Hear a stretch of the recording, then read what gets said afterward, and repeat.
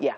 All right, guys, welcome back to the show. We told you that we do have our guest. Now, our guest this afternoon is a Nigerian singer, songwriter, and most prominently, an award-winning music producer and sound engineer. His production versatility cuts across genres such as hip-hop, Afrobeat, R&B, Afro house, and more.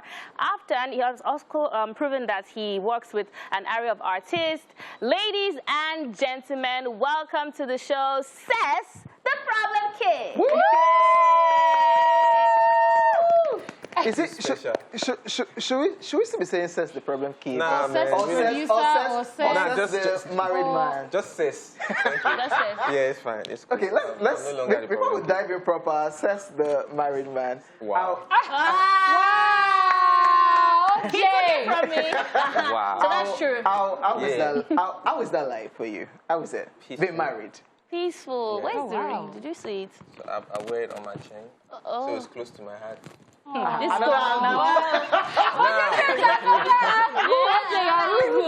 This So ladies out there, you now you probably have to looking check for. chin now. No, but for real, the reason why it's on my chain is I'm very like, I don't want to use the word careless, but I lose things a lot. That's why I don't have like chain. So do you like sleep with the chain? No, it will cut now. Yeah, but Sleep will make the chain cut, Sess. Why do you sleep? Do you wear the chain every day? I used to. Wow. And then I had to like repair it like almost every week, and I was like, you know what? So how does your wife feel about this? She's cool. Why do I feel like I'm not on set anymore? Probably. All right, let's talk about why you are here today. Yeah. You have a brand new body of work. Absolutely amazing. Tell us a bit about it. It's called Spotlight. I've been working on it for a very long time. As a matter of fact, I submitted the album 2 years ago, November 2019. Wow. And, you know, so you can tell the amount of work and blood, sweat, and tears, and stress and fight that I went into making it, you know, getting to this point. And it's just a special album for me because it's more than just creating music or expression. For me, it was a journey of self-realization because I had to fight a lot of self-doubt, a lot of, you know, stereotype. Oh, you're a producer, you shouldn't be singing. I had to fight all that to get to a level where I was comfortable enough to drop it. So it's deeper for me than just music. It's a journey of like self-realization. Yeah, I'm sure it is because I remember reading an interview where you were talking about how Fowls and yourself have this psychic connection. I was like, okay. But you were like... Weird, right? But it's real. Okay. So that's like true. mentally like... Literally, wow. like, I'm thinking of an idea and then the next thing he says, don't you think we should do it this way? And I'm like, exactly what? I'm like, and that happened so many times. I'm like, you know what? So, okay, so I understand Fowls being on the EP. Is that what you feel with Simi, Yemi Alade, and the rest of them as well? No, I mean, I've been blessed to work with all these people on like personal basis. But with everyone, I can say I have like something special, you know, because for me, how I approach working is I try to meet you halfway. I believe the talent is the special, that's the product. I'm just coming in to, you know, add my one or two to help you, you know, express yourself. So I kind of share something special with everyone, but I would say is on Fowls' level. Fowls is like, man, that's my bro. You feel me? That's my thing. But I mean, Simi especially, I love working with Simi because she's a producer herself and an engineer, so she kind of knows what she wants. You know, and that being definitive and knowing it makes my life easier, working with someone that knows what they want. So yeah, I think I have something special with everyone. Yeah. You know? Now, let's talk about this. Yeah, it's kind of like new right here. Yeah. We are seeing producers now dropping body of works. Yes. So we are seeing producers now singing. We are seeing A&Rs even also dropping body of works and featuring on Did songs. you hear that sardine is like 700 naira? Yeah.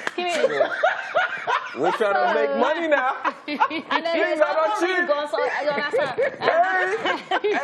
So listen. is that why producers now are getting into music proper, like singing and dropping body I of can only works? speak for myself. For me, this has always been the dream. I came to Lagos to sing. But my manager and business partner, Alhaji Poppin, was like, we don't have money to push music industry, okay? So let's start, and then I produced myself then. So it was like, you know what, you can produce. It's easier for us to enter into the industry as a producer. Yeah. You know, because you don't really have to have money to be a producer. It's just your talent. People just want to work with you. And it was like, okay, so let's just do this for a few years.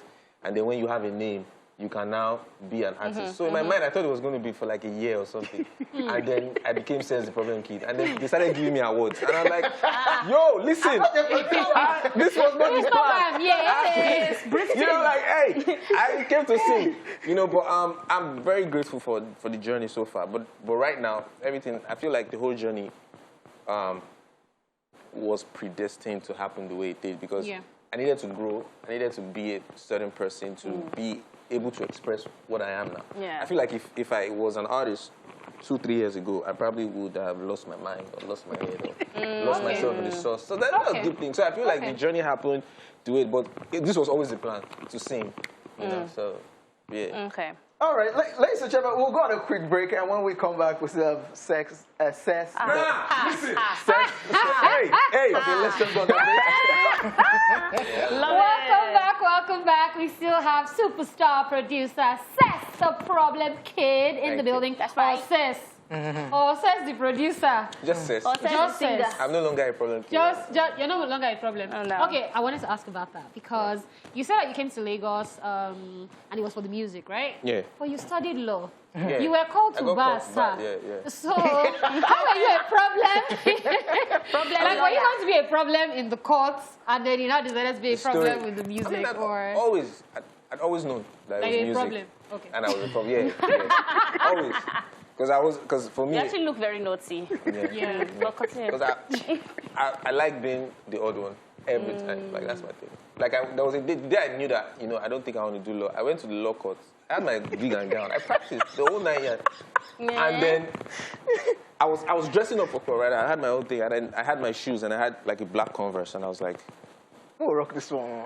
Okay, I'm going with Converse. And then when I put it up to the car, my friends were like, bro, why are you, like, what are you doing, bro? Like, why do you have a black Converse with your wig and gown? And then it just struck me. I'm like, I'm not supposed to be here. You know, like, wow. I love it. I go call to the bar. I hope you still have those shoes. You know? Oh, yeah, I do. It's very, very instrumental. Really? You know, I have really problem. So I still wear. Yeah, but my wig and gown is in my father's room. You can look at it. It's consolation prize. Yeah, it's consolation prize. He went to dry cleaned it and hung it on his wall. I'm tired. At least you did that for him. Yeah. But let's go back into music. I don't know how many days it's been now. It's been a week or so when Travis Scott was performing at Astroworld and 8 people died. And you know, I was watching that clip and I was seeing people's reactions. And why I'm asking you this question in particular is because you talked about your psychic connection with Fowls. And I'm like, what is it about music that makes people go so crazy? Listen, music is spiritual. And I think that's a cliche thing. Like, people hear that a lot. People say that, oh, Fela said that, but like, it's real. Like, I feel like there's a religion behind music. You feel me? And this is not me trying to get deep and religious. I feel like the easiest way to really change people's mindset and set, like, what the media uses to set agendas and stuff is music, because it's people's emotions in sound.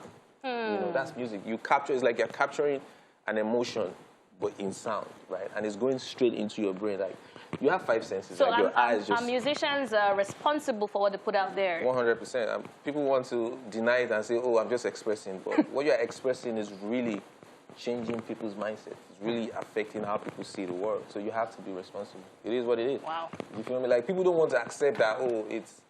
And so, for example, people respect you. You're a celebrity. People look up to you. You are talking about drugs and stuff. Obviously, like, there's a whole generation that grew up on Future and Future the rapper. Yeah, and the videos. And they are very big on codeine. Like, Dirty Sprite. True. And that's his legacy. He has a lot of money. He's real.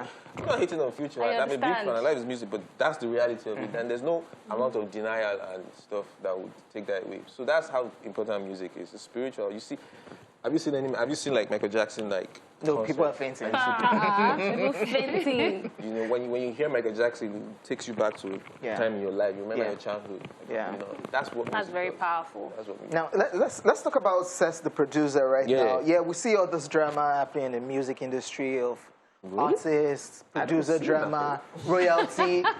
Oh, yeah, right. yeah. Royalty. Oh, he just paid me for the studio session. I want my money back. He would not sign royalty. Man. Have you had your own fair share, or what's your spreadsheet like? Do you just do royalty or studio session and will bounce? What's it for you? The thing is, it's like every other craft. You know, it's like every other business. You negotiate, you get what you negotiate. That's the truth. Like, and it took me a while, well, not too long to understand that. In this industry, you don't get what you deserve. Nobody gives you what you deserve. Nobody gives you, oh, you're an amazing producer, so I'm going to give you 10 million naira. No. People give you what you ask for. So if you feel like you deserve 1 million naira, ask for 1 million naira. Now you might lose that brief, you might lose that money. It's cool, but guess what? Money is infinite. If you don't get the 1 million naira here, you will get it somewhere else. Please, where is it? Trust me, it might not be today. It might not be today, but if you are sure about your talent, yeah, and you're sure about what you're giving, you know, absolutely, you should. And then, okay, so that's the extreme. But then relationships also come into play. Like, you also have to consider your relationship with the artist. Like, okay, who's this person? Okay, does this person need me right now? Do I need this person right now? Okay, can we come up to... Like, there are a lot of factors, you know. But I don't like when producers get bitter. I'm a producer, so I think I have the right to say, you can't get bitter and try to get the amount of attention and love that artists are getting. Because guess what? That's the artist. That's the star. Do you know how much money an artist spends on the brand? On just being that person? Are you spending that amount of money and time on your brand as a producer? No, you're not. So why do you think you deserve what the artist gets? Like, I feel like there's a lot of entitlement going on, right? And I'm going to be real. Like, if you think you deserve 1 million naira, ask for 1 million naira. Yeah. But if your work cannot speak for 1 million naira, then you're lying to yourself. You get so like. Sardine will be 700 naira to you. So that's what I'm saying. So like, I think I'm not gonna. I feel like it's those clickbait for a lot of people. For a lot of producers, say, yeah, producers are not respected. What are you doing to be respected? Yeah. Like, yeah. The brands that drop the money, they're not going to give you money because you don't have a following. Yeah, like, I don't lie to myself. I just dropped an album as an artist singing. I understood from the beginning that I don't have actual fans that buy my music yet. Yes. Because I have fans that love me as, oh, he produced for Files. Yeah. He produced for... So I have music love. I have people that love my production. And I have fans of the artists that I produce for. But I don't have Sess fans yet. So I know I have to build my way to a level where... I love it. I build those fans. So real. Why would I not be expecting people to give me money? I know brand will not give money now because I don't get 10 million followers. It is what it is. Yes, don't lie to yourself. You know, so I just don't like the entitlement. That's it for me. Okay. All right. Before we wrap up, I know that in 2017 you dropped a body of work. It was just beats. And you were like, you're doing this for like upcoming people that can't really afford. So what are your future plans? Is that something that you're also going to be doing again? Yeah, 100%. For me, I think for me, the next frontier for me is IT. I'm IT. I'm fintech. No, not fintech really. I'm trying to create solutions for this side of the world. You know, because I feel like there are a lot of platforms for music creators over there. There's one called, I don't want to plug anybody. No, streaming platform. There's one called Splice. Splice is like a music production platform where producers, artists, everybody can go and get whatever. So if you need like a guitar, you can go there, download, subscribe. So, but the problem with that is it's a solution for outside world. Now, Nigeria, Africa, we have our own music, we have our own like sound, and there are no solutions to that. And that's something I'm really looking at, you know, investing in over a period of time to see if we can create solutions. A lot of talented people that just need platforms and. Absolutely. Look at that. So I've left law, you're doing music, you're still doing production, now tech, and you're so real. Sardine is Thank you so much for coming. Thank you for bringing your realness. Looking forward to this EP doing wonders, and looking forward to the Sess brand coming global. Yes, sir. All right, thank you so much for coming once again. We'll be back to check out some of the craziness happening on social media on Social View. Don't go anywhere.